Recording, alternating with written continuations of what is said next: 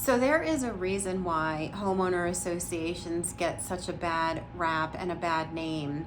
And I'm going to tell you about my HOA and a board meeting that happened on Saturday and give you an example of why HOAs get bad names. Because at this board meeting, for the first time that I've ever been here and observed this, the board of directors and management decided to have attorneys present.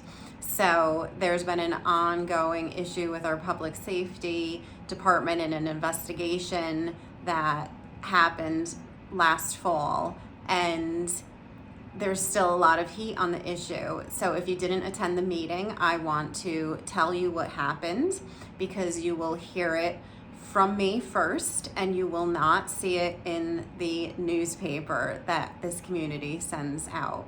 So stay with me, and if I make any mistakes, let me know in the comments, because I don't take notes, nor do I record the meetings, because there is a rule against recording meetings. So I want to be clear that this is all from my memory, and I'm not an expert, and I'm doing this to be helpful and to be transparent for the members and the larger community, to expose issues within homeowners associations and communities, and really just matters of governance. So I'm going to talk about what happened with the meeting. The meeting was like a 4-hour meeting, so there were a lot of critical parts. I'm going to first start talking about the business part of the meeting and then members' time. So members wanted to see if our new board president, Phil, was going to do the right thing and start off this meeting, because it really is like a local governance meeting with the Pledge of Allegiance. Last month in my video, I explained he did not do the Pledge of Allegiance because he didn't want to. So fortunately, he learned his lesson, and he started Saturday's meeting at 8:30 by calling for the Pledge of Allegiance. So good job, Phil. You're able to learn. So we start usually with a manager's report. So the first thing at the top of the manager's report was our community manager said that the FBI had contacted HFCA. So nothing huge there, nothing that actually endorsed our public safety investigation.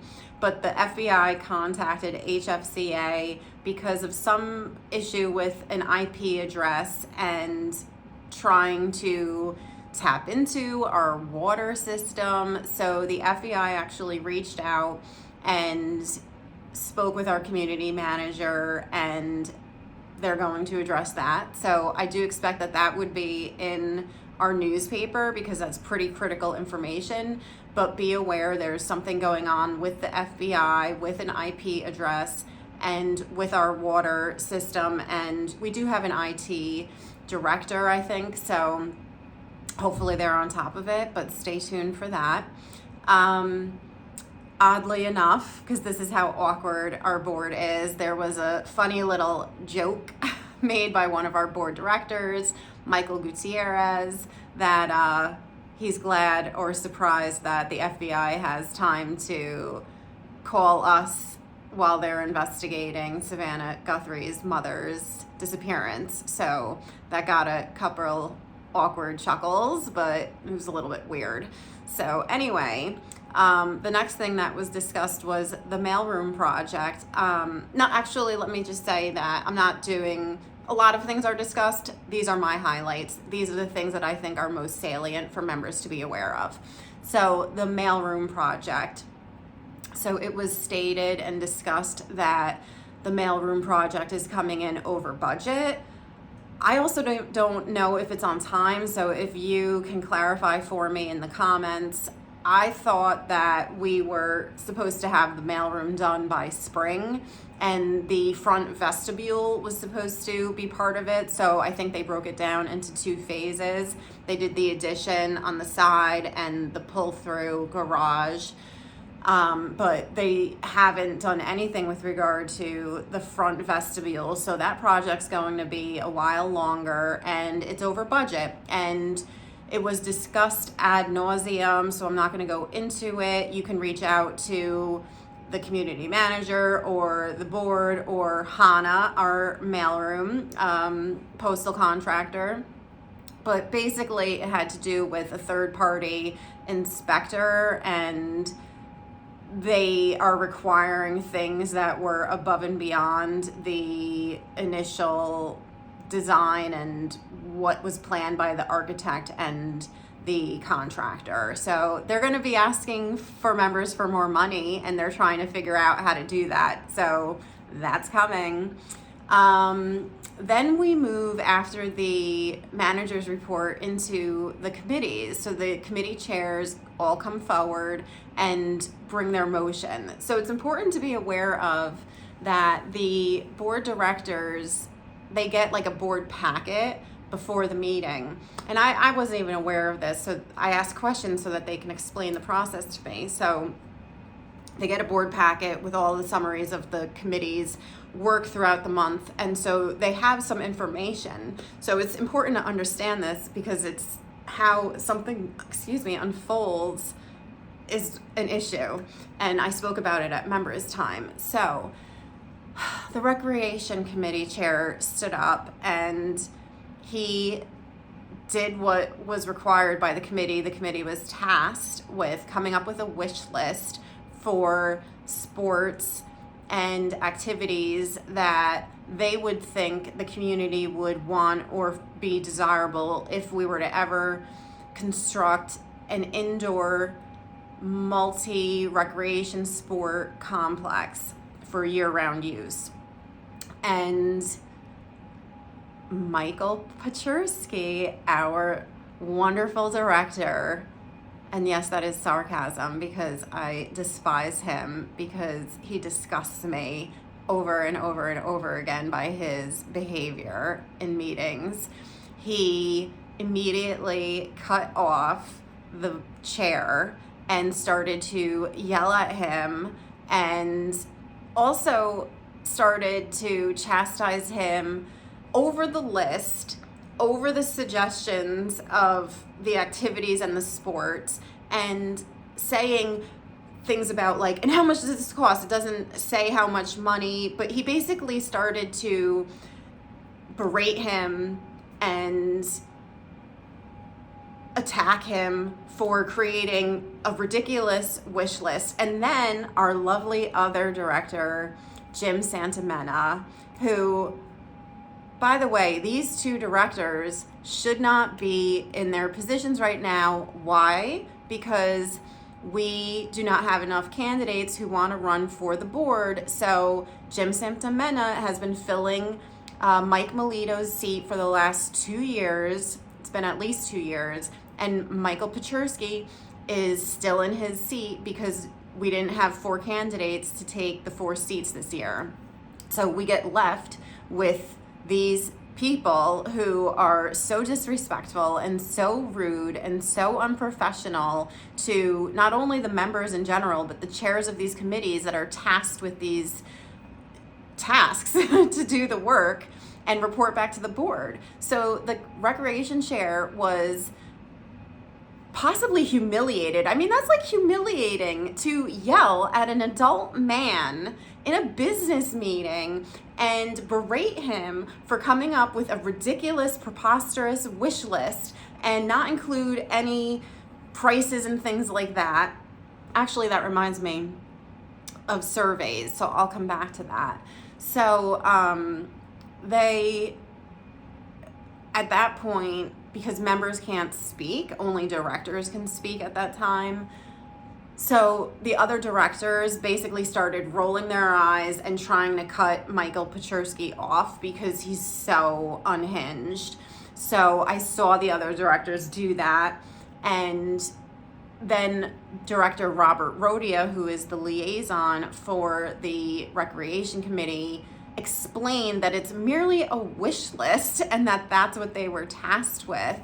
And so it pretty much shut it down, but it was so unbelievable and so offensive and yet so typical of Michael Paczurski and Jim Santamena to be all over somebody, and they asked him to do that and he did what he was asked to do. His committee came up with a wish list and they handed it off to the directors.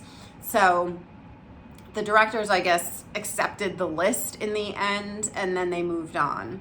But what was discussed with regard to surveys, and I'm going to have to do another video about it another time, is that George from the OPPI committee, which is the official publications and public information for Hemlock Farms, he was talking about surveys because a survey went out for recreation committee. More or less it was for the recreation committee because they had been advocating for or looking into expanding hours at the clubhouse.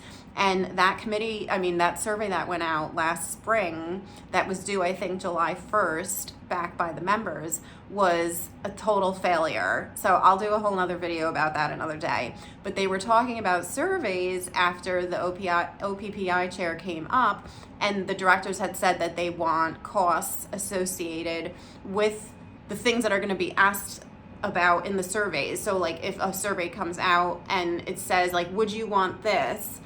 They want it to say like how much it would cost to the membership. So I'm going to do a whole other video about surveys because it deserves its own. But just be aware of how poorly some of the directors treat some of the members here, specifically chairs that are doing their due diligence and responsibility, and their behavior is just abhorrent. So then we got to members' time, which is at 11 a.m. So they actually finish up early, and they usually have an executive closed session before members' time. So people were told to leave, and they sent everybody out of the room, and then they went into their closed executive session. So I drove down and went to the meeting in person at 11 o'clock because there were several people, I don't know, like 10 maybe, that had been in the room. So what happened though right before it was that one of the members that was in the room had actually made a comment not during members' time, and he was chastised by an attorney. And I wasn't aware that there was an attorney in the room until that moment in time. So I started, reaching out and saying, what's this about an attorney in the room? And then they went into closed executive session. And it turns out that in Sean Nordley's FaceTime Friday video on YouTube, that he said that there would be attorneys present during members' time to answer questions, was I think how he said it in his video. So I was like, oh, this is on. Wait till you hear what happened. So members' time starts at 11 a.m. and as per usual, members' time starts with the preamble from now our president, Phil, who is saying all of the things that members need to remember to be respectful and to not say, racist comments, sexist comments, crude comments, like a whole ridiculous list that goes on and on and on. And that's how it starts. So to me, I find that very offensive because it sets a tone that the members are unprofessional and unhinged and basically, don't really have the right to express themselves freely, even though we live in the United States of America with free speech still.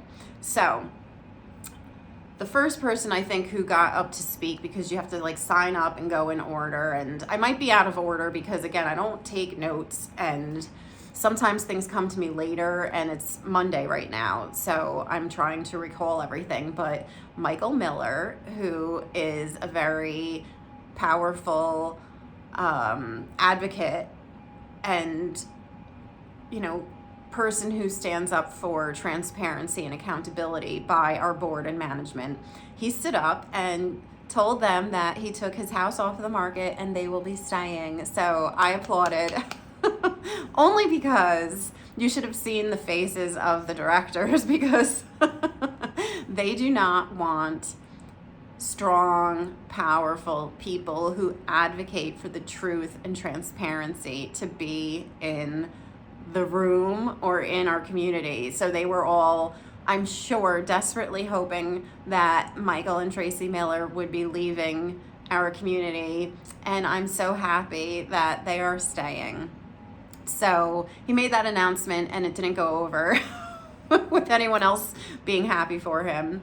And he was talking about the dams. So he started to talk about the dams, which is something that is an unrelated topic, so I'm not going to go into that really. But basically, there's a big dam issue. If you don't know about the dam issue, this is a huge issue and a multi-million-dollar issue from what I understand. And so this is something that has been coming for many, many years and been talked about for many, many years.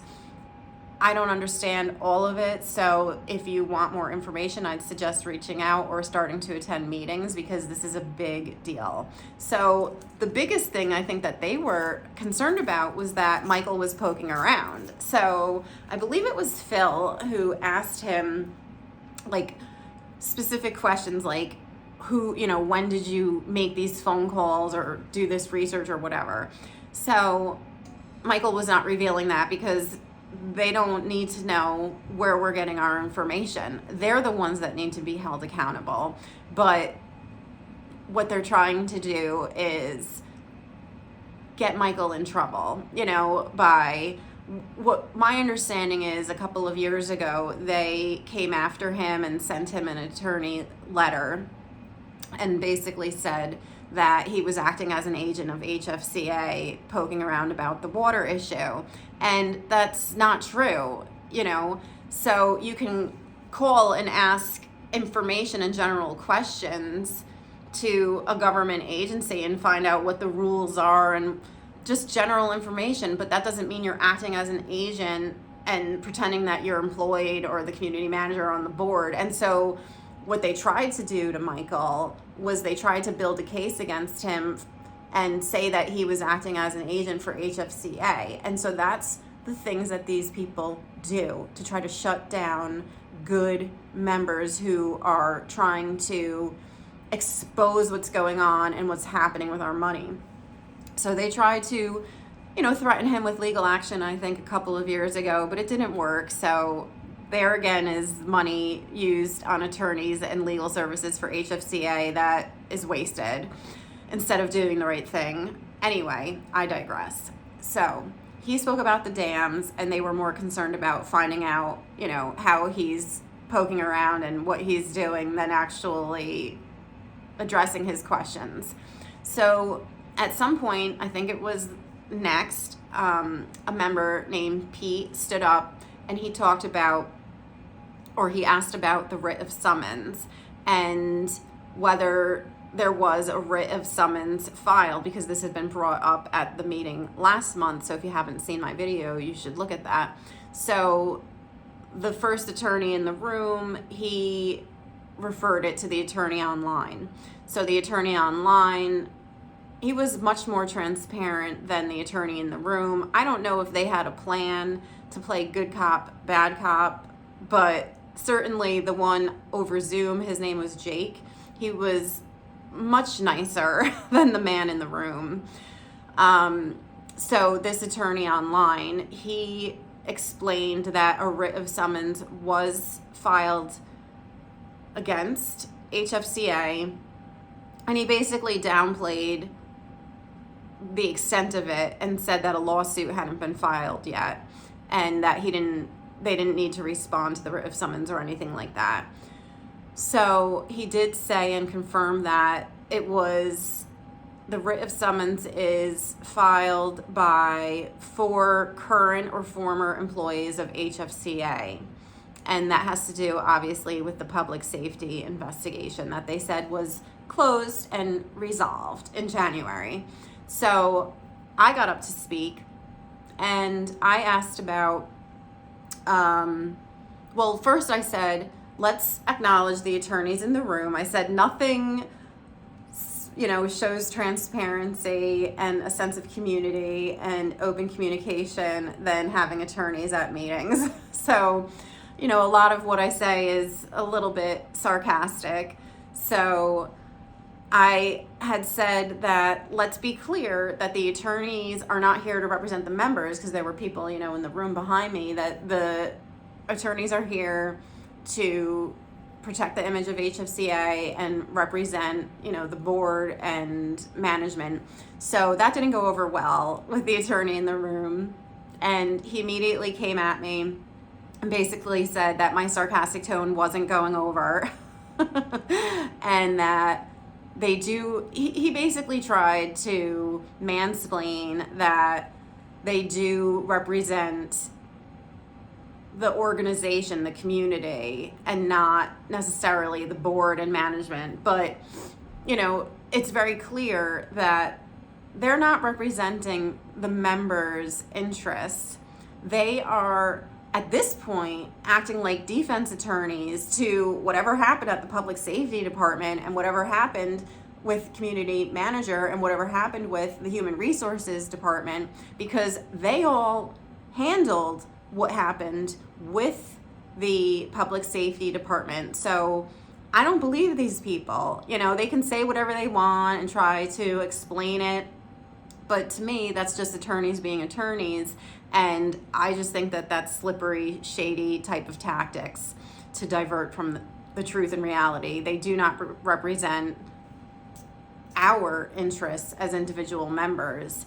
So anyway, what I was really trying to go to was about the code of ethics and the preamble that is addressed to members. I said, why isn't the code of ethics read by the board and by management at the beginning of members' time or the beginning of the meeting? Like, we have to sit there and hear about the rules that are put forth against us, but they don't read their code of ethics. And then I referred to Director Michael Pechersky's behavior, and I said he is totally disrespectful and totally inappropriate. And I basically went off and said, you screamed at the chair over a wish list that he was tasked to do with his committee. And I saw your faces and your horror that he behaved like that. But at what point are you going to censure him? Because he's completely unhinged every meeting toward a member or toward a chair, and I don't know what his problem is with the recreation committee or with the recreation chair, but every time they stand up or he stands up to bring forth his motion, Michael Pechersky jumps at him. And I said something about Jim Santamena too piling on him, and I said, you guys tasked this committee with coming up with a wish list. They came up with the wish list, and then once again he gets cut off, interrupted, and berated by this person. At what point are you going to censure him? Because the code of ethics requires professional behavior, and it also requires a certain professional behavior on social media. And it's been stated on the record at January's meeting that he is the one who doxed me. I said, why don't you just admit that you're the one who doxed me and my email and blacked out all of the other emails and left my personal email on social media and tried to make me look bad? And Director Pechersky said, yeah, I did it. And there is a code of ethics policy that says that you can't do that. And they have things like censuring them or removing them from the board. So they haven't done any of that. So I called on them and said that they need to be addressing his behavior and censuring him. But what you should also think about is the fact that he shouldn't be on the board anyway. They could have asked anybody else in the community to take an appointment as a director to cover his spot, his seat. He was supposed to be gone in July. Like, July was supposed to be his last month. But what did they do? Which I think was probably led by President John Hancock, who resigned over this, what I think he resigned for the public safety investigation, they asked him if he'd stay on, and he agreed. They know that he is divisive, offensive, and despicable, and yet they let him stay in that seat. So that should tell you everything about the people who run this board. So anyway, I called on them to take action against him because I find him disgusting. So there was a woman after me at some point who came up, and I don't remember her name, but she came up and she basically said, why is it unclear what time members' time starts? It's not said on the emails or whatnot that go out, or whatever, you know, she had seen. It didn't say 11 a.m. And she was basically saying, it doesn't say what time members' time is, so she didn't feel like it was transparent or clear. She also asked why they do not answer the questions that the members are asking at members' time.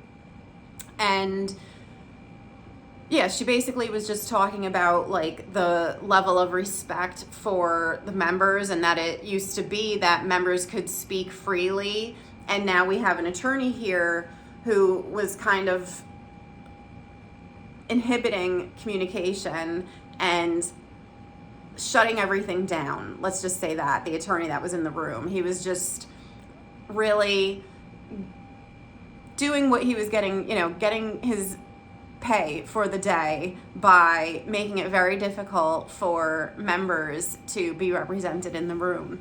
So he basically said that the bylaws don't say what time members' time should be, and that it's actually a courtesy that the board customarily has been setting it at 11 a.m. and that they do it out of order of the agenda. So he was being like what an attorney is supposed to be, which I don't have a good opinion of that, because it's not for the members. You know, he's for them, not for the members. So he was basically trying to suggest that they don't need to do that at all. Like, to me, it's disruptive. It's not helpful. It doesn't help us progress. You know, he was basically stonewalling everything. And then Phil, our lovely new president, basically gaslit this woman, and instead of answering, he was totally non-responsive. So she had said, when somebody else had come up and asked a question, he said, "Thank you for your comment." So she was like, "You didn't answer the question." And so he went on this whole tangent and said, instead of saying why he's refusing to answer questions, he said, "Oh, well, members are encouraged to go to committees first and talk to committees and have their questions there before coming to us." It had nothing to do with anything of what she was speaking about. Phil, you didn't answer the question. And we can all tell in the room when you're being non-responsive and when you're being cagey. So anyway, she made her point to us in the room and to members, but these people just deflect and don't want to hear or listen to anything. So after that, I asked what steps, I mean, there were other people that spoke, but I went back up for my time and said what steps were taken per the memo that Phil sent out like the second week in January. I think it was around like January 8th. What steps were taken to address the public safety investigation that they said in the memo was resolved. And, you know, I did put other things out there and say, you know, I'm concerned because, you know, I've heard a lot of despicable things that have gone on, and I want to get clarity. So one of the things that I asked was if there was a sexual harassment training that was like an annual training that they need to take. And at the last month board meeting, the current appointed director, Hannah, she had suggested that background checks be annual for our public safety officers. And they, of course, did not take a motion on that. And apparently they go through all the background checks when they're hired onto public safety, but it's not something that they have to do over and over. So like, let's just say that a public safety employee or officer is convicted, you know, or charged with a crime or does something, you know, they don't know that. Like once you're on for 10, 20, 30 years, your whole career, but you could be doing things and nobody knows. So Hannah had said, you know, what about ongoing background checks? So anyway, this didn't go over well with the attorney in the room. So he basically said that what he said was, you just can't get up here and throw Molotov cocktails, you know, and just think you can get away with that. So he was doing everything he could to try to shut me down, and I was getting gavelled by Phil. And I said, this is a very serious thing. And I said, you know, my question is, has there been sexual harassment training? So then Jake, the nice attorney, for now, I use that loosely because I don't trust either of them, but Jake basically said that he has done sexual harassment trainings. But then I rebutted, it doesn't mean that it stops people from being sexual harassers. So anyway, it kept going on and on where this attorney in the room kept basically trying to just like shut down the topic and distract and evade. And they never ended up answering my question. So I said, my question is, what steps and actions were done? So he kept saying things like, it was discussed in a past meeting. And I'm like, first of all, I'm at every meeting. This hasn't been discussed. This was discussed in a closed executive session in January, right before they came out and issued the memo. And he was basically saying, they're on the board, they get to know all the information, and if you want the information, run for the board. So I said, well, maybe I will. So, I mean, like, that's ridiculous. So 9 people in the community are allowed to know what's going on at a time, and we're just supposed to trust these people. So I again pointed out that I don't trust these people because it's my opinion that John Hannock and Mike Smolensky resigned from their positions because whatever the attorneys were suggesting and recommending to the other 7 directors that they didn't agree with, and so they left. And it's my opinion that the other 7 directors agreed to what the attorneys want to do, and the attorneys are just protecting HFCA. And now it's getting even worse because there's a pending, you know, lawsuit that might be filed because the writ of summons and the complaint is already out there. So this attorney was just trying to gaslight me and muddy things and make me look like I'm a crazy, unhinged person instead of answering the actual questions. So he was saying all of those things.